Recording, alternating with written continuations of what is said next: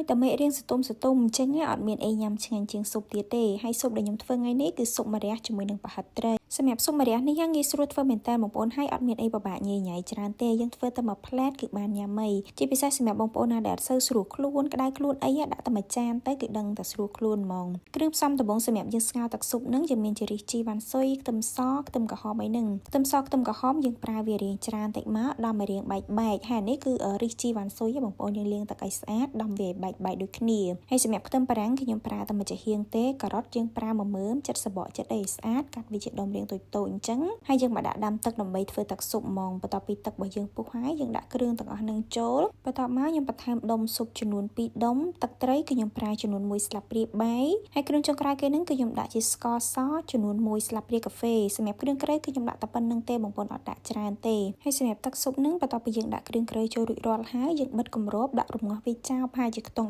15ទៅ20នាទីដោយប្រើភ្លើងតិចល្មមបានហើយសម្រាប់ស៊ុបម្រះបន្លែដែលសំខាន់ជាងគេគឺម្រះបងប្អូនម្រះយើងយកអារៀងខ្ចីល្មមបានហើយកុំយកអាចាស់ពេកយើងឆ្កឹះយកគ្រាប់ហើយនឹងស្នូកដាលចេញឲ្យស្អាតហើយហាន់វាជាតែសាយរាងឆ្មាអញ្ចឹងឬក៏បងប្អូនប្រើកាបិតមុខពីរហាន់ហ្មងក៏បានដែរសម្រាប់ម្រះនេះគឺខ្ញុំយកវាមកស្រុះជាមួយទឹកក្តៅបងប្អូនដើម្បីឲ្យវាចេញជាតិល្វីងខ្លះហើយសម្រាប់បងប្អូនណាដែលអត់ចេះល្វីងសោះហ្មងអាចស្រុះវាពីទឹកអីចឹងទៅហើយបន្ទាប់មកទៀតនឹងគឺខ្ញុំមកបុកសាច់ត្រីបងប្អូនអានេះគឺជាប្រហិតត្រីឆ្លាតខ្ញុំទិញមកស្រាប់គឺមានចំនួន2ខាំយើងលាយវាជាមួយម្រេចបន្តិចជាមួយនឹងម្សៅស៊ុបបន្តិចមកហើយយើងបុកដោយប្រើត្បាល់អញ្ចឹងក៏បានឬក៏បងប្អូនបោកវានៅក្នុងចាន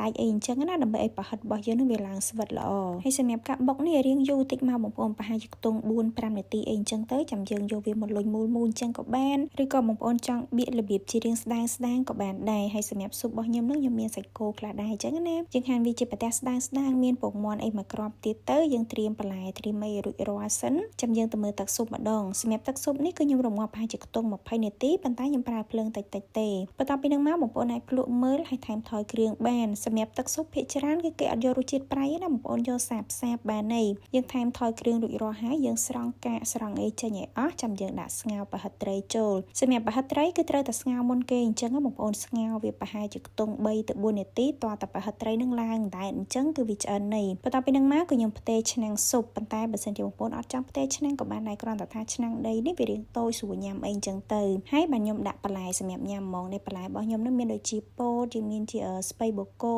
យើងមានជាតកួនម្អមពោតប្រាំងអីហ្នឹងហើយអីដែលខ្វះអត់បានគឺខ្ទឹមលីងបងប្អូនខ្ទឹមលីងហ្នឹងដាក់ឲ្យកាន់តែច្រើនមកគឺកាន់តែឈ្ងុយហ្មងសម្រាប់សាច់គោវិញគឺយើងទុកជ្រលក់ញ៉ាំមកបងប្អូនប៉ុន្តែអានេះគឺខ្ញុំច្រឡំដាក់មុនបាត់ទេហើយសម្រាប់ទឹកជ្រលក់របស់ខ្ញុំនេះគឺទឹកតាហ៊ូបងប្អូនទឹកតាហ៊ូនេះគឺខ្ញុំធ្វើស្រាប់ទេទុកក្នុងទូទឹកកកពេលណាដែលចង់ញ៉ាំគឺយកមកញ៉ាំបានភ្លាមហ្មងយើងគ្រាន់តែលាយជាមួយខ្ទឹមសជាមួយនឹងម្ទេសអីចឹងទៅហើយបើសិនជាបងប្អូនណាដែលចង់ដឹងពីរបៀបធ្វើទឹកតាហ៊ូទុកបានយូរក៏អាចចូលទៅមើលក្នុង page របស់ខ្ញុំបានដែរបញ្ជាក់បងប្អូនសម្រាប់ទឹកស៊ុបនេះបើសិនជាបងប្អូនណាចង់ប្រើឆ្អឹងស៊ុបក៏បានដែរយើងដាក់រងាស់ជាមួយនឹងស៊ុបរបស់យើងពីដំបូងទៅគ្រាន់តែថាវាប្រើពេលរៀងយូរអញ្ចឹងណាបើសិនជាប្រើឆ្អឹងស៊ុបអញ្ចឹងទៅរងាស់អាចខ្ទង់1ម៉ោងឬក៏ទៅ2ម៉ោងអីអញ្ចឹងទៅដើម្បីឲ្យវាចេញជាតិពីទឹកស៊ុបប៉ុន្តែសម្រាប់ខ្ញុំប្រើគ្រឿងតែប៉ុណ្្នឹងគឺឆ្ងាញ់ហើយបងប្អូនហើយទឹកស៊ុបរៀងសាបមកល្មមទេប៉ុន្តែគឺមានជាតិហើយក្នុងហ្នឹងវាមានជាតិរៀងល្វីងតិចដែរបងប្អូនល្វីងចេញពីម្រះអញ្ចឹងណាប៉ុន្តែមិនមែនល្វីងខ្លាំងទេបងប្អូនព្រោះខ្ញុំក៏អត់ចេះញ៉ាំម្រះដែរតែម្រះពេលដែលយើងចិត្តស្ដើងដាក់ញ៉ាំជាមួយស៊ុបអញ្ចឹងគឺឆ្ងាញ់បងប្អូននិយាយទៅវាអត់ល្វីងខ្លាំងទេដោយសារតែយើងស្រុះមកទឹកហើយដែរហើយបើសិនជាបងប្អូនណាដែលចេះញ៉ាំម្រះហ្មងមិនបាច់ស្រុះក៏បានដែរ